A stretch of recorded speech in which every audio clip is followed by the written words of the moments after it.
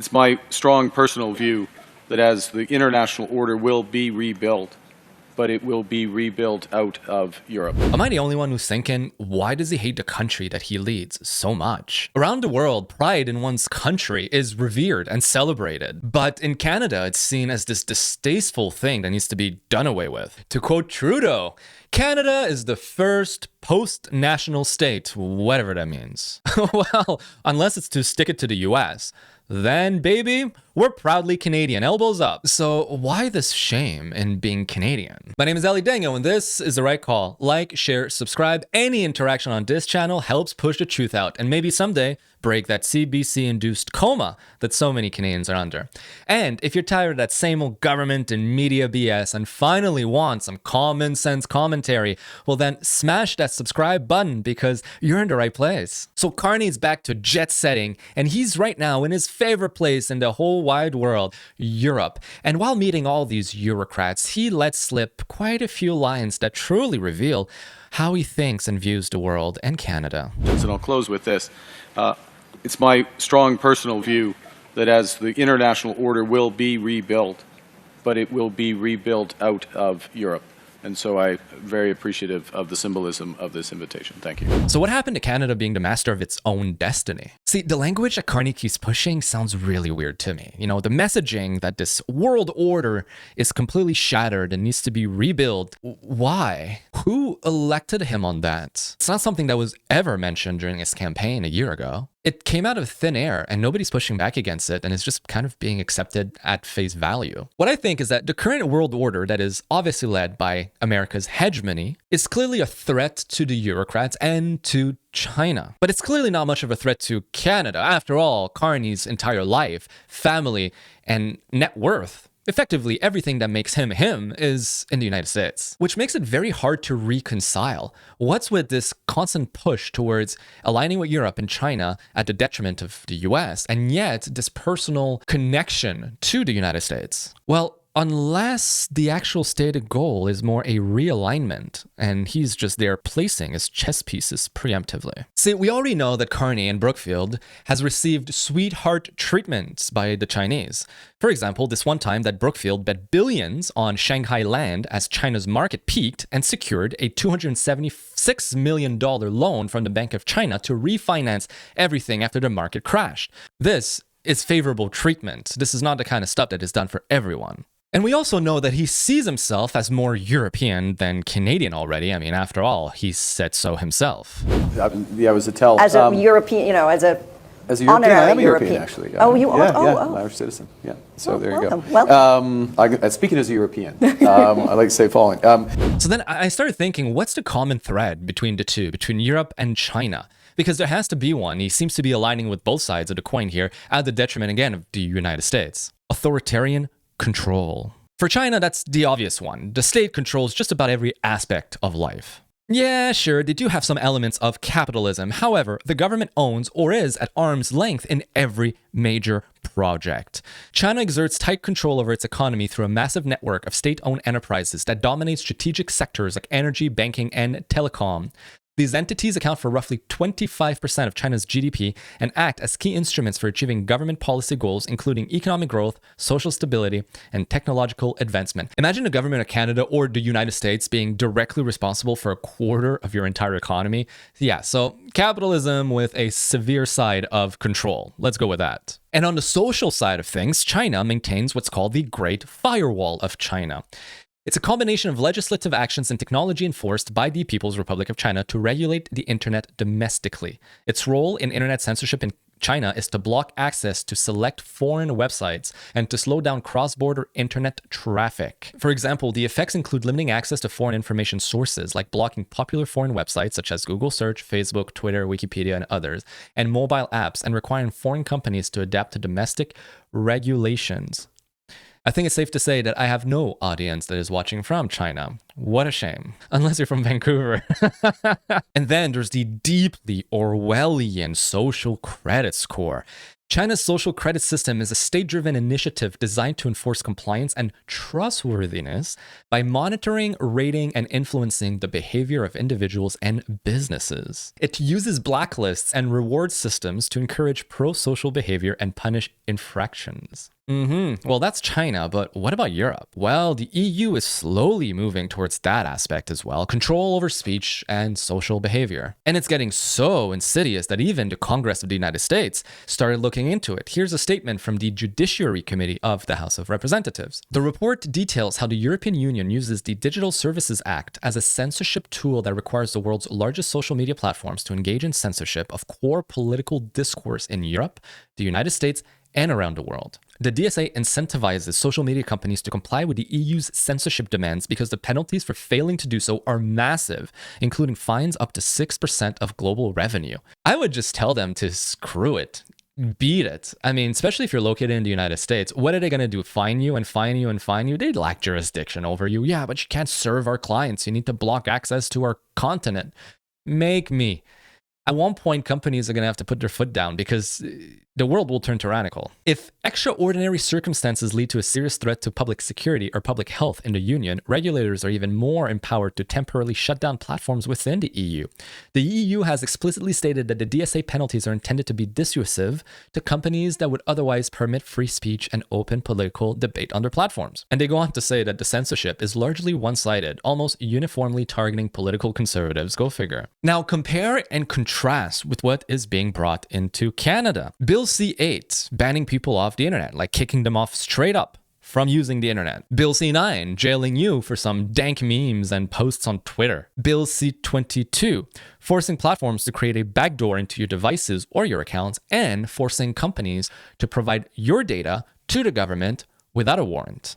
And in secret. Now you see why this constant push to go away from the US and their ideals that are rooted in freedom, liberty, and democracy towards the open arm and loving embrace of Eurocrats and China. But the contrast between Europe and China gets even blurrier when you consider this. You know that China has very strict control on who can actually leave the country. China has increased control over immigration, that's leaving. Immigration's coming in, we know all about that in Canada. But we're also going to get acquainted very soon, I suppose, with immigration. So immigration by restricting passport issuance, applying exit bans for national security or legal reasons, and increasing scrutiny in regions like Tibet and Xinjiang.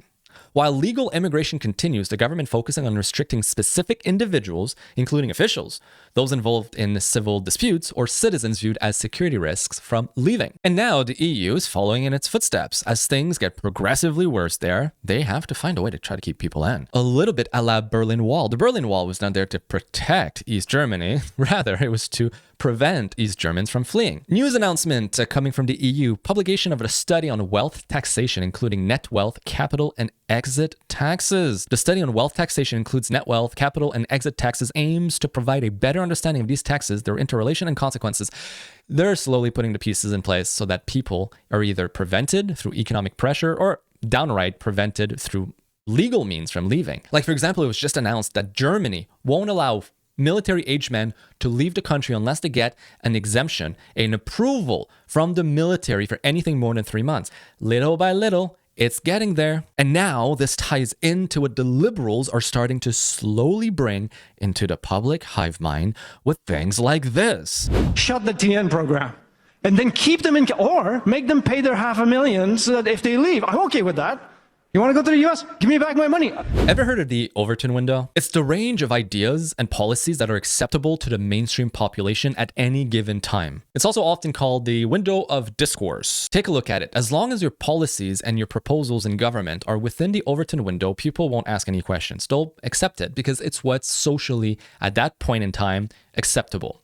Now, if you're a little bit out of it, it becomes something that is sensible. That's the trick. You want to bring things sensibly so that people are not afraid or turned off by the idea. If you push it too far, then it becomes acceptable, which is still fine, but then it's radical or it's unthinkable. So the goal is to always slowly push the Overton window to the right, to the left, up or down, wherever you need it to be until the idea that you want to bring forth becomes part of either the popular narrative or the policy. But now the thing is, it cannot be done too quickly, lest it becomes radical or unthinkable. So you have to start seeding the idea slowly into people's mind for them to accept it. Ask yourself this: if your great-grandparents were looking at Canada today, do you think they would accept it as it is? Do you think that it matches the vision and the beliefs and the ethos that they had for Canada? Or do you think that this new version of Canada thrust upon them would be seen as unrecognizable? From extra government powers to massively heightened taxation and constant attacks on our fundamental historical values, they would rebel. So these things have to happen slowly over time, and eventually the people grow accustomed to it. And I think that's what's happening right now. They're doing this in Europe, and they will start doing this in Canada. I do think that it is fitting that Canada is the first non-European country to join this forum, as we are the most European of non-European countries. We share a triple alignment of history, of values, and trust.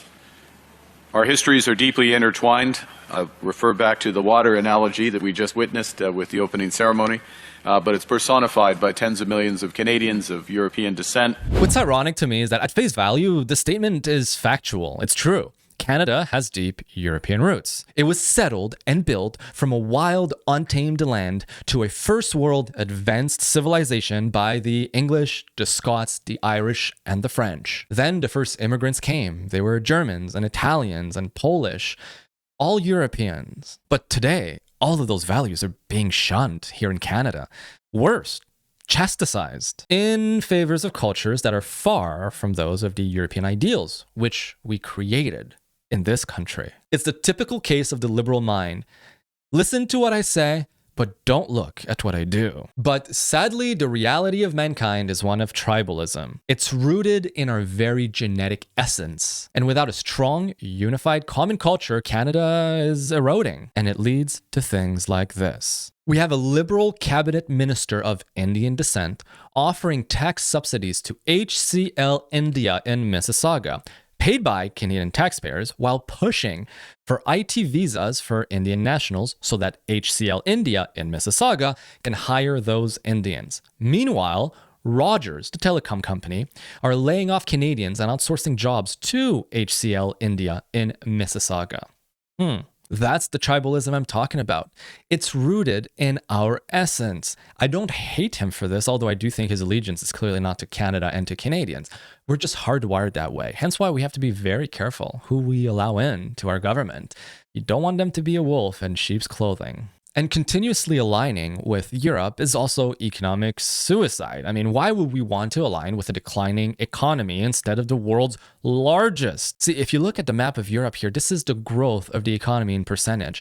We want to align with France at 0.9% growth, Germany 0.9% growth, Italy 0.8% growth. I mean, Europe is not an economy you want to align yourself with, at least not depend on. Meanwhile, reminder for everyone else, the United States of America to themselves account for 25% of the entire world's economy, 1/4 of the planet. At our border, longest undefended border in the world, common ties, common culture, common history, much more than the Europeans, at least in the last few hundred years.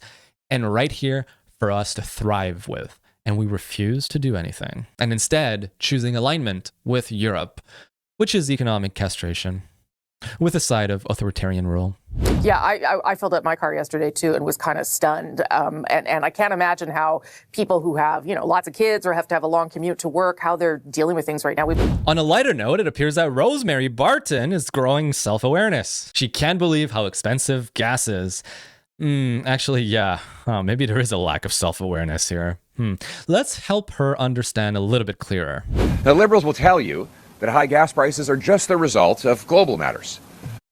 Okay, take a second here. Look at his podium. Liberal debt, $1 trillion. That is amazing. And you know what? For me, it's the visual. Look how strikingly large of a number that looks. It looks almost far-fetched, which sadly, I think it's going to be too big of a number for a lot of Canadians to really wrap their head around. That's interesting, isn't it? Oil is high. It's about $100 a barrel. You know when it was last $100 a barrel? In 2014. And you know what the gas price was then? $1.38. 45 cents cheaper, even though the world oil price was exactly what it is today. Clearly, you cannot explain that gap by world matters alone. But that's the talking point the left loves to use. It's not Canada's fault for the crazy gas prices. It's Trump's fault. Blah, blah, blah, blah, blah, blah, blah. The world, Iran, Russia, Ukraine, you name it. Be careful. We're going to talk about Ukraine in a second. You don't want to miss that. See, Canada controls two things. Two things are in its power. Its economy and its taxation, its policies. So what is different between a $100 barrel of oil today in 2026 and a $100 barrel of oil back in 2014? Taxes and a weak currency. Oil is traded in US dollar, the petrodollar after all. With a weak economy like we've been having for the last 10 years in Canada and only growing weaker, and weak fiscal policy, our dollar, the Canadian dollar, has weakened on the global stage. Our dollar today buys less USD or euros or, insert your favorite currency here than it did back then. Back when Canada had the strongest middle class in the G7 and one of the strongest economies in the world. So now it costs us more to acquire the very same oil. So that's number one, why gas is way more expensive today. Number two, we didn't have as many taxes back then. Like, for example, the carbon tax. And yes, before you jump at my throat, we still have a carbon tax on fuel. We do. It's called Canada's Clean Fuel Regulation, which came into force in 2022, which requires fuel suppliers to reduce the carbon intensity of gasoline and diesel, effectively creating a hidden carbon tax that could increase fuel prices up to 17 cents per liter by 2030. All of this makes no sense. All these policies only hurting you and I. But sense is not what this government is after. A few weeks ago, there was an order in council that announced more counter-tariffs on steel were being dropped. I don't think that was announced publicly in any other context. Could you explain why that was done and why does the government plan to let in more imports at this time? Usually our decision is based on the demand of our businesses here. Because what we want to do is we want to be able to put counter-tariffs to fight the trade war and make sure that we protect our market. But at the same time, what we're trying to do is to not jeopardize our supply chains and not create an overly burden on our companies. You heard it here, an overly burden on our economy, companies, whatever. Elbows up is a very selective policy. That's where I'm getting at. We must fight the US tooth and nails and refuse any deals come hell or high water, and we must divest towards Europe and China. But not too much, not too quick, because that could definitely hurt Canadians more than they should be hurt and awaken them. So we actually back down and bend over. This is where you see that there's absolutely no true core belief or ethos or fundamental rallying ideologies in this government, except for what it appears to be only one, which is consolidation of power. And may I add, I think we should make a deal with the United States. I've said this openly many, many times. I want a deal with the US. I want to work with the US. It would be mutually beneficial to the both country. And I'm even willing to say it would be more beneficial for Canada than it would be to the United States. We stand to gain more. It's a little bit like a mentor and mentee, a mentor-mentoree relationship, if you wish. The mentoree stands to gain a lot more than the mentor himself, but the mentor still gets something. He has an apprentice. He has someone that he can impart value to, someone that he can work with, someone that he can eventually utilize as a surrogate later on. There's value for both sides. But let's be honest, who really derives the bulk of that value? It's the mentoree. Well, Canada and the US is very similar. We stand to benefit way more from access to their market and working with them and extracting our resources and them buying it from us. But we won't do it, at least not too quickly, because that hurts Canadians too much and they may rebel against the government, and that prevents them from jumping in bed with Europe and China pronto. And speaking of jumping in bed with Europe, I guess it's time to open up your checkbooks again, because we are sending more money to Ukraine. Let's go. Actually, at this point, it's not open your checkbooks. It's more like bend over forward and bite down hard. I don't know anymore. Sir, Ukraine, fairly significant announcement today. What's that going to buy? Well, there's a system. It's actually, we started ramping up a little more than a year ago, it's basically the prioritized military equipment for... I can't. I was going to show you the entire video. It's just so boring listening to him trying to conjure a reason why we are sending $270 more million to Ukraine, which brings the total so far just shy of $26 billion. Do you understand how many homes we could build here in Canada with that money? Or how many food banks we could fully furnish and staff or fill up. What's the proper term?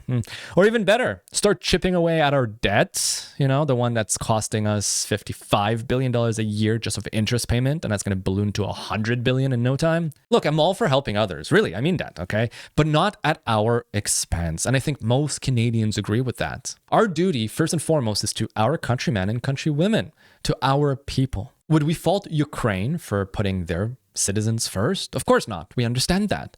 But I mean, I don't recall them sending us any money 10 years ago, 20 years ago. I mean, we're in a crisis as well. We're suffering here. We may have not been invaded by Russia, but we're definitely slowly being invaded by China. Where's our money? And when I say being invaded by China, I don't mean like an actual military occupation here.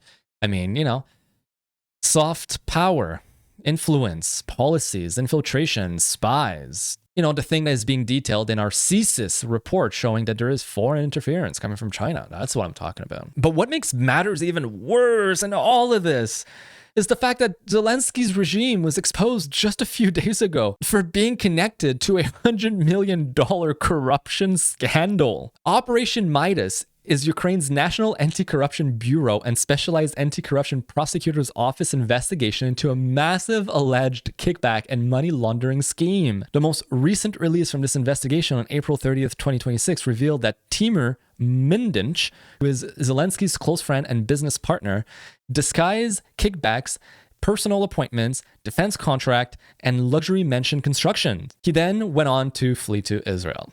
And I doubt he's ever going to get deported and face these allegations in any court of law. So on one hand, it's being shown that there's massive corruption within the government, hundreds of millions of dollars, and we're just here being like, damn, all right, it's totally trustworthy. Let's send him more money. Which self-respecting nation does this? And I've mentioned it before, I'll mention it again. This has everything to do with the protection of a CERN nuclear reactor that Westinghouse Power Corporation has invested a tremendous amount of money into building and servicing and operating, which is owned by Brookfield, which somehow is connected to the Brookfield Global Transition Fund 1, that somehow Mark Carney has a carried interest deal with, which would give him 20% of the fund's profits by 2032. Do you understand? It all makes sense. It's all connected to that. And since we're on the topic of foreign governments using and abusing Canada, China's ambassador just told Canada which of its MPs are allowed to travel and which international waters its navy is allowed to sail through. And he delivered that message right after Canada handed Beijing a trade deal. In an interview published May 1st, 2026, Chinese ambassador Wang Di warned Ottawa that sending parliamentarians to Taiwan or transiting warships through the Taiwan Strait would damage this new strategic partnership signed by Mark Carney in January. He called the Taiwan Strait transit harassment and even provocation. He described any official contact by Canadian MPs with Taiwan's government as hurtful. Like, how embarrassing. Canada last. Canada last. Never Canada first. Canada last. To be precise of what is actually being demanded here, China is telling a G7 democracy that its elected representatives cannot visit a democratic island and that its navy cannot sail through international waters. This is not Chinese territorial waters, it's an international strait. Canada has transited through these waterways 11 times under Trudeau and once already under Carney. Every single transit was legal. Every single one prompted a protest from Beijing. We surprised here. 2 Liberal MPs even quietly cut short a Taiwan trip in January, specifically to avoid complicating Carney's Beijing visit. The CCP's approach, the Chinese Communist Party's approach to partnership, is consistent and well documented. It offers economic incentives, it extracts political concessions, and then extends a list of concessions that the government has to bend over to. Canada just signed a trade deal and received in return a formal list of things its parliament and military are no longer supposed to do. And on today's Crazy Liberal Ticket of the Day, I logged into LinkedIn the other day, which I really don't use, so don't add me there, please. And I discovered that I officially have a high-ranking government official that is stalking me. Big win, big W if it's Melanie Joly or Rishi Valdez. I'll take that. Major L if it's Gary, please. Ugh, go away. But anyways, you can see somewhere. Someone from the Privy Council's office was stalking me. Always fun. Hope you enjoy what you found. Probably nothing. It's LinkedIn. Who uses that even? But I guess it could be worse. It could be someone from Thunder Bay.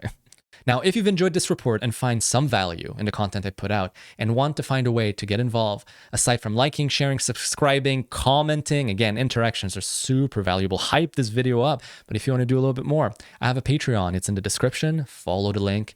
At $8 a month, it goes a long way in helping spread the truth and keep the government accountable. Truth to power, of course, and it is greatly appreciated. And in the meantime, if you also want to watch and learn more about how Brookfield is sneakily lobbying our government, they're not doing it at face value, they're doing it behind the shadows, or understand a little bit better the current economic woes of Canada, I made a video right here. Just click on the link. But for the time being, my name is Elliot Daniel, and I'll see you guys on the next report.